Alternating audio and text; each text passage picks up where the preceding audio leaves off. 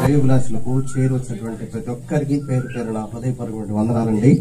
అందరికి వందనాలు. ప్రియులారా, నిజానికి ప్రత్యేకంగా ఇక్కడ చేరవచ్చినటువంటి ఇమానేరన్న గారు ఆల్పొన్నైన నన్ను కూడా ఈ కూడికు ఆహ్వానించడము బట్టి వారికి కూడా ప్రత్యేకంగా హృదయపూర్వకమైన వందనాలు. అదేవిధంగా ఇక్కడ చేరవచ్చినటువంటి దేవుని దాసులకి కూడా ప్రత్యేకమైనటువంటి వందనాలు. ప్రియులారా, ఆదరణ కూడికు చేరవచ్చినటువంటి మనము అన్న గురించి నాకు అంతగా తెలియదు, కానీ అందరిచ్చేటువంటి సాక్ష్యాలను బట్టి మంచి సింగర్ అని, అదేవిధంగా సహోదరులు కూడా చక్కగా పాడారు. చాలా సంతోషం. నిజానికి నేను కొన్ని విషయాలు మాట్లాడుకుంటాను. అన్న ఎంత పర్మిషన్ ఎంత 5 minutes లేట్ అయింది. ఒక అనుకుంటున్నారు అందరికీ ఒకే మరణం అనుకుంటున్నారు. ఒకరికి శారీరక మరణం అది అందరికీ ఉంది. ఎటువంటి ఎందుకంటే రోమా 5వ అధ్యాయంలో రాయబడినటువంటిదిగా ఒక మనుషుని ద్వారా పాపము ద్వారా మరణం లోకంలోనికి ఏ విధంగా ప్రవేశించనో మనుషులందరూ పాపము చేయడం ద్వారా మరణము అందరికీ సంప్రాప్తమాయను. ఇది శారీరక మరణం. ఆత్మీయ మరణం రెండవది ఏంటి అంటే ఇది తప్పించబడాలి. రెండవ మరణము ఆత్మీయ మరణం. అది ఏంటిది అంటే అగ్నిగుండం, పాతాళం. అక్కడ అగ్ని ఆరదు, పురుగు చావదు, యుగయుగాలు కాలవలసిందే. దేవుని లేఖన వచనాలు కలవిస్తున్నాయండి. అక్కడ అంగలార్పు, దప్పిక, రొమ్ము కొట్టుకోవడం ఉంటుంది. ఇది తప్పించబడాలి అంటే ప్రభువుని సొంత రక్షకుడుగా అంగీకరించాలి. సొంత రక్షకుడుగా అంగీకరించబడినటువంటి వారికి మాత్రమే పరలోక భాగ్యం ఉంది. లేదు అంటే నరకము, పాతాళము. ఈ విషయాలను మనం జ్ఞాపకం చేసుకోవాలి. ప్రభువు నమ్మి మరణించినటువంటి వారికి ఒక 4 అంశాలు చెప్పి నేను ముగిస్తాను. నమ్మి మరణించినటువంటి వారు ప్రభువునందు విశ్వాసం ఉంచి, ఎందుకంటే ఈ లోకము అశాశ్వతమైనది. అబ్రహాము కూడా లోకములో జీవిస్తూ ఏమన్నాడంటే, నేను ఈ లోకంలో పరదేశిని, యాత్రికుడను పరదేశిని అన్నాడు. యాత్రికుడను పరదేశిని, ఇది నా లోకం కాదు, నా లోకము శాశ్వతమైనది పరలోకం అన్నాడు. 2 ప్రదేశాలు శాశ్వతంగా ఉంటాయండి. ఒకటి నరకం, ఒకటి పాతాళం శాశ్వతంగా ఉంటుంది, రెండవది పరలోకం శాశ్వతంగా ఉంటుంది. అనుకుంటున్నారు ఇది గతించిపోతుందని. లేదు, ఎప్పటికీ శాశ్వతంగా ఉంటుంది.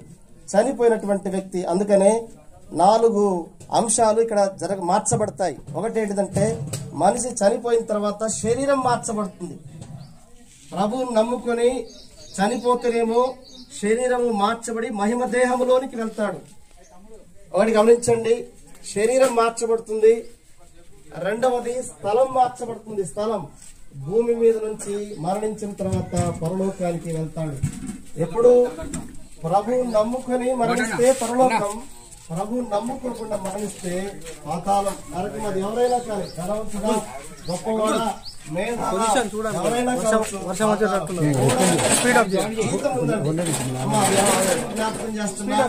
జీతం. ఈ జీతాన్ని ఎవరు పోగొట్టుకోవద్దు. ఇక్కడ మనం ఎంతో ప్రయాసపడతాం మన కుటుంబ సభ్యుల కోసం, మన కోసం. అక్కడ బహుమానాలున్నాయి. పౌలు గారు అంటారు, నా కొరకు నీతి కిరీటము ఉంచబడి ఉంది. బలా నమ్మకమైన దాసుడా అంటాడు. ప్రభు ఇచ్చేటువంటి ఒక బహుమానం, బలా నమ్మకమైన దాసుడా. ప్రియులారా, ఈ మాటల్లో జ్ఞాపకం ఉంచుకుందాం. జీతం ఉన్నది. ఆయన పని ఇక్కడ చేయకుండా మరణిస్తే అక్కడ జీతం లేదండి. ఇక్కడ ఒకవేళ జీతం ఉండొచ్చేమో గాని అక్కడ జీతం లేదు. అమ్మా, నీ పని చేయి, నీ కోసము, నీ కుటుంబం, నీ పిల్లల కోసం పని చేయి. యేసుక్రీస్తు ప్రభుల వారు కూడా 6 దినములు పనిచేశాడు. 7వ దినమున విశ్రాంతి. ప్రభు కొరకు కొంత సమయం ప్రభు కొరకు కేటాయించండి. మీ కొరకు జీతం ఉంది. 4వది స్థల అసోసియేషన్ మార్చబడుతుంది. అంటే ఏమంటాం అసోసియేషన్ అంటే సహవాసం మార్చబడుతుంది. Association has changed. సహవాసం మార్చబడుతుంది. ఇప్పుడేమో మందిరంలో సహవాసం కలిగి ఉంటాం, తర్వాత ప్రభు నమ్ముకుని మరణిస్తే పరలోకంలో దేవునితో సహవాసం కలిగి ఉంటాం. అమ్మా, మీ అందరికీ ప్రేమతో నేను తెలియజేస్తున్నాను, ప్రేమతో ఒక సహోదరుడిగా అనుకోండి, ఒక తమ్ముడిగా అనుకోండి, ఒక అన్నగా అనుకోండి, దేవుని దాసులుగా అనుకోండి, ప్రేమతో మీ అందరికీ తెలియజేస్తున్నాను. నేను ఒక బిఎడ్ కాలేజీలో ఒక ప్రిన్సిపల్ అండి, ఇన్ఛార్జి ప్రిన్సిపల్. నేను అది నాకు ప్రాముఖ్యమైనది కాదు. అన్న పిలవగానే కాలేజీకి నేను పర్మిషన్ తీసుకున్నా. అది పోతే పోతా, లేకపోతే లేదు. ప్రాముఖ్యమైందంటే దేవుని సన్నిధానంలో గడపడమే. వీళ్ళరా మీ అందరికీ ప్రేమతో చెప్తున్నా. నాకంత అవసరం లేదు. ఇంతగా దీనుడిగా మీ దగ్గర నేను ప్రాధేయపడాల్సినటువంటి అవసరం లేదు. చనిపోతే మానవుడు ప్రభువుని నమ్ముకోకుండా చనిపోతే నరకమండి. ఈ నరకం నుంచి తప్పించబడాలంటే ప్రభువుని, ఇదే మిక్కిలి అనుకూలమైన సమయం, ఆదరణ కూడికలో ప్రభువుని సొంత రక్షకుడిగా అంగీకరించండి. కేవలం ఏమి లేదు, దేవా నేను పాపినయ్యా, నన్ను క్షమించు అంటే దేవుడు రక్షణ ఇస్తాడు. ఈ మాటలను మన కొరకై మన విడికిలో దీవించి ఆశీర్వదించి ఫలభరితంగా చేయునుగాక.